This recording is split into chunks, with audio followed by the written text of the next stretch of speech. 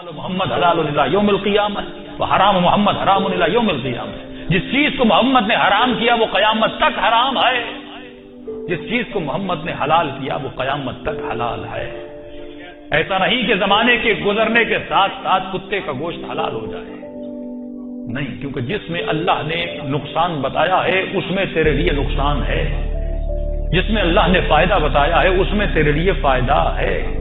لیکن ضرورت اس بات کی جب تم اس چیز پر عمل کرو، جب خود کو اسٹڈی کرو کہ آج کل کرونا کا بڑا مسئلہ ہے، حساس ٹاپک ہے، میں اس پہ بالکل بات بھی نہیں کرتا، لیکن چند معصومین کے کلام، کیونکہ دنیا کا جو علم ہے نا میرے عزیز وہ تجربے والا علم ہے. کون سا علم ہے؟ تجربے والا. اس علم میں خطا کا امکان ہے، مسٹیک کا امکان ہے، کہ جیسے میں نے کہا مثلا ڈاکٹرز نے کہا یہ گولی کھاؤ اور شاید 20 سال کے بعد پھر کہیں کہ یہ مت کھاؤ اس میں کینسر ہوتا ہے.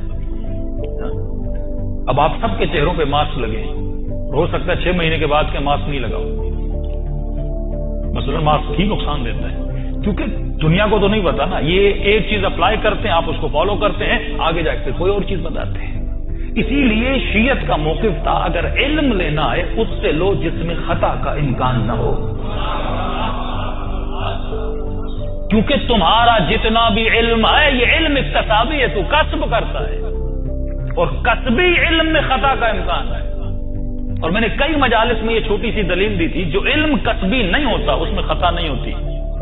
اس کی میں نے سمپل سی دلیل ہے کہ انسان اگر معاشرے میں گھومے تو اسے دلیل مل جائے گی. وَأَوْحَيْنَا إِلَى النَّحْلِ، خدا کہتا ہے میں نے شہد کی مکھی پر وحی نازل کی. شہد کی مکھی نے کیمبرج میں پڑھی ہے، ناکسفورڈ میں پڑھی ہے، لیکن دنیا کی کائنات جس بھی کونے میں شہد کی مکھی ہوگی وہ جیسا چھتا بناتی ہے، ذرا غور سے دیکھنا، اس کے جو چھوٹے چھوٹے باکسز ہوتے ہیں، امریکہ میں اگر چھتا بنائے گی سائز وہی ہوگا، پاکستان میں اگر چھتا بنائے گی سائز وہی ہوگا. اس کے چھتے کے بنانے میں تجھے ذرہ برابر خطا اور مسٹیک نظر نہیں آتی. کیوں؟ کیونکہ یہ دنیا کے اسکول میں نہیں پڑھی، اسے خدا نے پڑھایا ہوا ہے.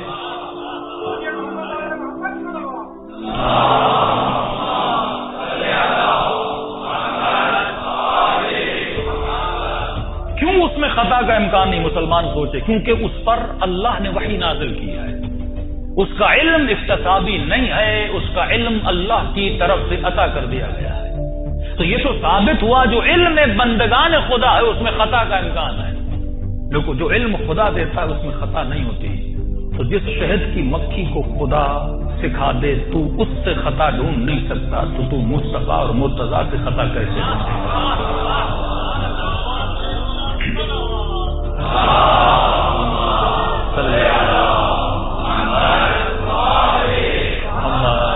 جتنا ڈیپلی اسٹڈی کرتے جاؤ گے اہل بیت کے فضائل بھی نکھر سے تمہارے سامنے آتے جائیں گے. اور مقام تعجب یہ تھا کہ شہد کی مکھی ایک چھتا نہیں بناتی، ملینز آف شہد کی مکھیاں ہیں جو چھتے بناتی ہیں، لیکن سب کا عمل اور ایک جیسا ہوتا ہے. ان کا جو عمل ہے سب کا سیم ہوتا ہے. تو اب آل محمد کا جملہ سمجھ میں آتا ہے کہ فرمایا جب ہمیں دیکھو تو یہ مت کہو یہ علی ہے یہ حسن ہے، کہو اولنا محمد، اوسطنا محمد، آخرنا محمد، بل کلنا محمد. یہ سب کے سب محمد ہیں، ان کے علم میں کوئی فرق نہیں ہے، کیونکہ جہاں سے پڑھ کے آئے ہیں وہ پڑھانے والا بھی ایک تھا، تو ان کا کردار بھی ایک ہے.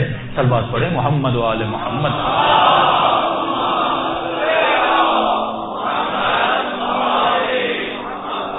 تو تمہیں اظہار براءت کرنا ہے اس سسٹم سے جو سسٹم تجھے حسین کے سسٹم سے دور کر رہا ہے. کہ آج شاید معاشرہ یہ ایکسپٹ نہ کرے کہ میں نے مرغی کے گوشت کی مثال دی تھی، وہ سی ٹائپ کے گلے کاٹنے کی میں نے مثال دی تھی، کہ ہاسپٹلز میں جہاں بیمار لوگ ہوتے ہیں، ایون انگلینڈ کے ہاسپٹلز میں بھی ایک وقت تھا جب خنزیر کے گوشت پہ پابندی لگا دی گئی تھی، تو کہا گیا تھا اس سے بیماریاں زیادہ پھیلتی ہیں. کوئی بھی ایسی چیز نہیں جس کو اسلام نے حلال کیا ہو آپ میڈیکلی اسے حرام کرو، اور کوئی بھی ایسی چیز نہیں جس کو اسلام نے حرام کیا ہو آپ میڈیکلی اسے حرام کرو. جو چیز خدا نے بتا دی، کیونکہ یہ علم الہی ہے، اس میں خطا کا امکان نہیں ہے. تو اسی لیے شیعت کا موقف تھا اگر علم لینا ہے تو اس شخص سے لو جس نے زندگی میں خطا نہ کی ہو. ہر صحابی کا جب نام آتا ہے تو رضی اللہ عنہ آتا ہے، جب علی کا نام آتا ہے تو کرم اللہ وجہہ آتا ہے. یا وجیہن عند اللہ، کرم اللہ وجہہ آتا ہے. کیوں؟ خود صاحب فرماتے ہیں کیونکہ سب کے ماتھے بتوں کے سامنے جھکے تھے، یہ واحد چہرہ تھا جس نے کبھی بتوں کو سجدہ نہیں کیا.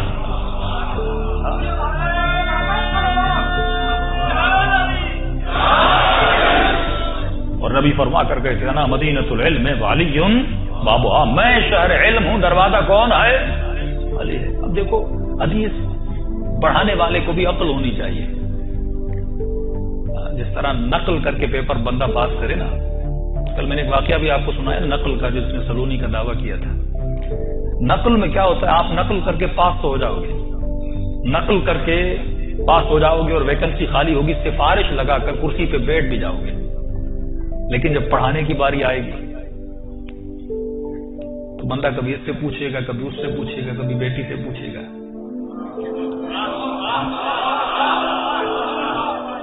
لیکن کیونکہ اہل بیت نقل والے نہیں تھے، عقل والے تھے، جب بھی سوال کیا جاتا تھا فوراً جواب دیتے تھے، کیونکہ میرٹ پہ آئے تھے نا. دنیا کا ایک سسٹم ہے، اگر سسٹم پہ آؤ گے تو تجھے ہدایت ملے گی. لوگوں نے سوال کیے تھے، میں نے اشاروں میں سارے جوابات آپ کو دے دیے. اب اگر بندہ سسٹم اسلام پہ چلے، اس کی میں آپ کو زندہ زندہ دلیل دوں گا. اگر آپ براعت کرو گے نا اس پورے سسٹم سے اور اپنے گھر میں اسلام کے سسٹم، آج جنگ ہے سسٹم کی. انسان کہے کہ مولانا میں کس چیز سے برات کروں؟ سیدھی بات ہے، پاکستانی کا فتویٰ آ گیا کہ وہ چیزیں، وہ پروڈکٹس جو اسرائیل کو فائدہ دیتی ہیں، ڈائریکٹ یا انڈائریکٹ، ان کا کھانا حرام ہے. یہ بات تو ہمارے بزرگوں نے 2001 2002 میں کی تھی. اس وقت لوگوں نے مذاق اڑائی تھی کہ جب آپ سسٹم حسین کے ماننے والے ہو لیکن آپ سسٹم یزید کو مضبوط کر رہے ہو. حسین کے سفروں پر یزیدی کمپنیوں کی پروڈکٹس پڑی رہتی ہیں. یہ کیسا حسینی ہے کہ وہ واقعہ تم نے نہیں سنا جس شخص نے اونٹ کرائے پہ لیے تھے، اس شخص سے جو اہل بیت کا دشمن تھا، امام نے کہا تم نے اس سے اونٹ لیے تو کیوں لیے؟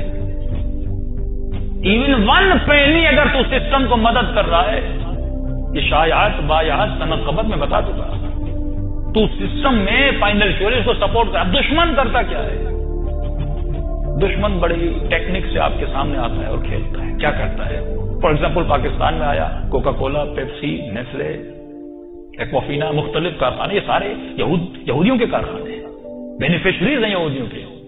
جب کوک کو پتا چلا کہ یہ 2000 میرے خیال میں 3 یا 4 میں جب اس کو پتا چلا کہ یہاں پر شیعہ علماء نے، اور اس وقت خنزیر کی بات چلی تھی کہ اس میں یہ لوگ حرام ملاتے ہیں، تو پورے دبئی میں لوگوں نے کوک پینا بند کر دی تھی.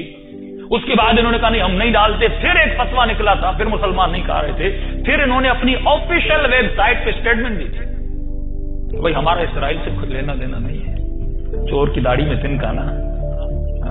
کہیں آپ نے تو فنڈ کیا ہے، وہاں جتنے گھر بنے اسرائیل کی اور فلسطینیوں کی زمینوں پر جتنے اپارٹمنٹس بنے ان میں انہوں نے فنڈ دیا تھا. پھر انہوں نے کہا اگر ہم نے ان کو فنڈ دیا تو ہم نے مسلم ممالک کو بھی فنڈ دیا ہے. یعنی اگر ہم نے یزید کی مدد کی ہے تو ہم نے تھوڑی حسین کی مدد بھی کی ہے. اب دشمن کرتا کیا ہے؟ دشمن آپ کے ملک میں آتا ہے، ایک کمپنی لگاتا ہے.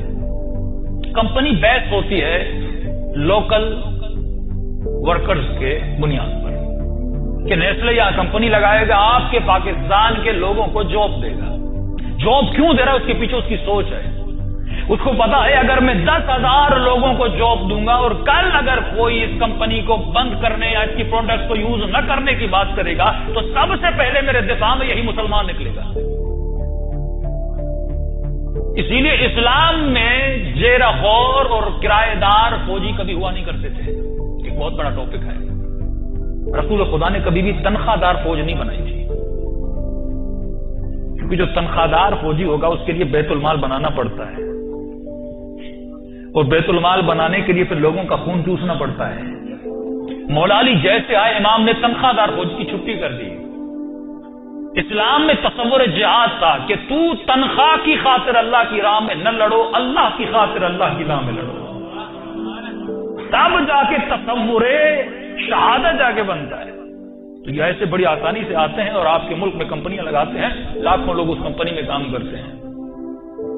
دنیا میں مانی جانی آپ کی فوج ہے اور آپ کی انٹیلیجنس جتنی پاورفل ہے، مانی جانی ہے. رہبر معظم نے پاکستان کی فوج کی تعریف کی.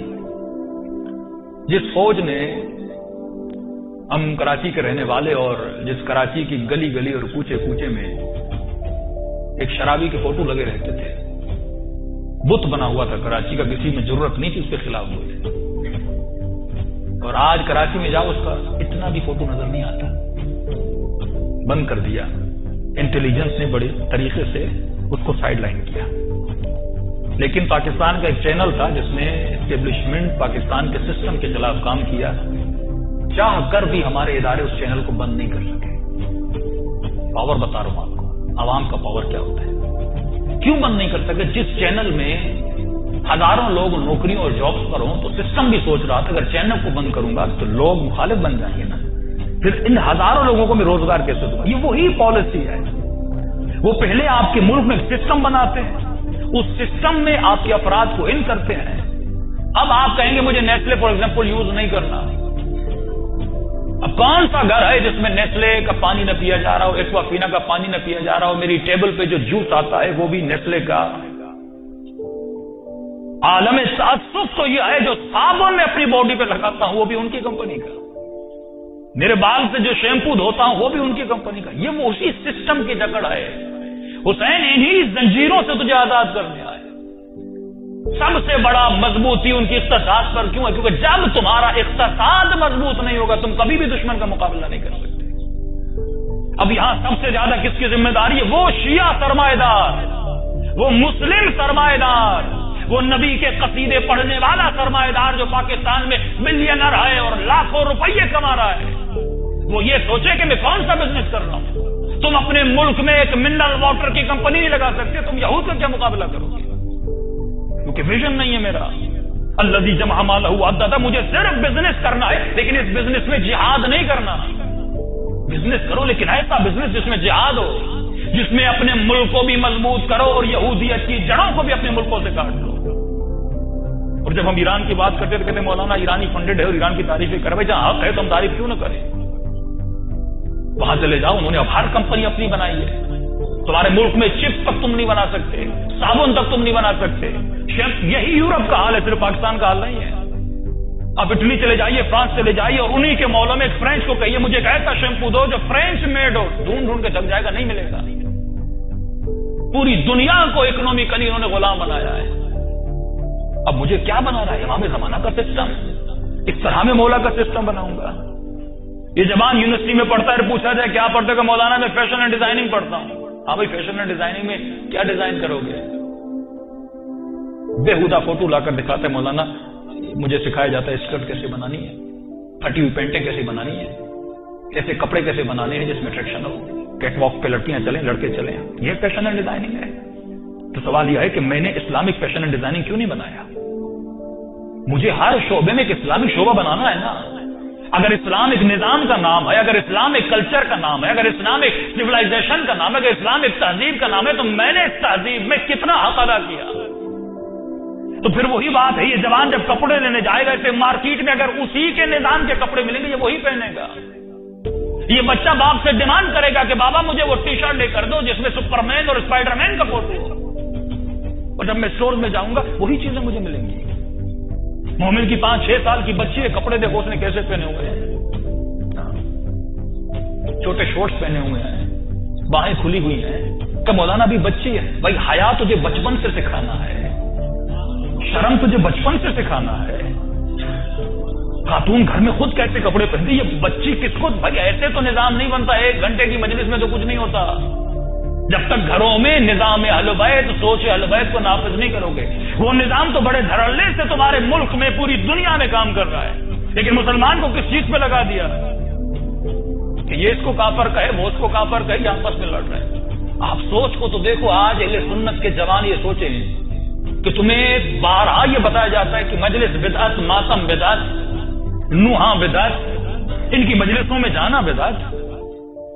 پھر جب اسی ملک میں گانے ہو رہے ہوتے ہیں، اسی ملک کی شادیوں میں شراب کی محفلیں ہو رہی ہوتی ہیں، یہ مولوی کیوں چپ ہوتا ہے؟ کیا گانا گانا جائز ہے؟ کیا ناچ جائز ہے؟ کیا ملک میں مجرے کرانا جائز ہے؟ کیا شراب پینا جائز ہے؟ وہاں پہ مولوی چپ رہتا، لیکن ہر وہ چیز جو اہل بیت سے منسلک ہوتی ہے وہاں پہ یہ بولنا شروع، اس کی غیرت اٹھ جاتی ہے.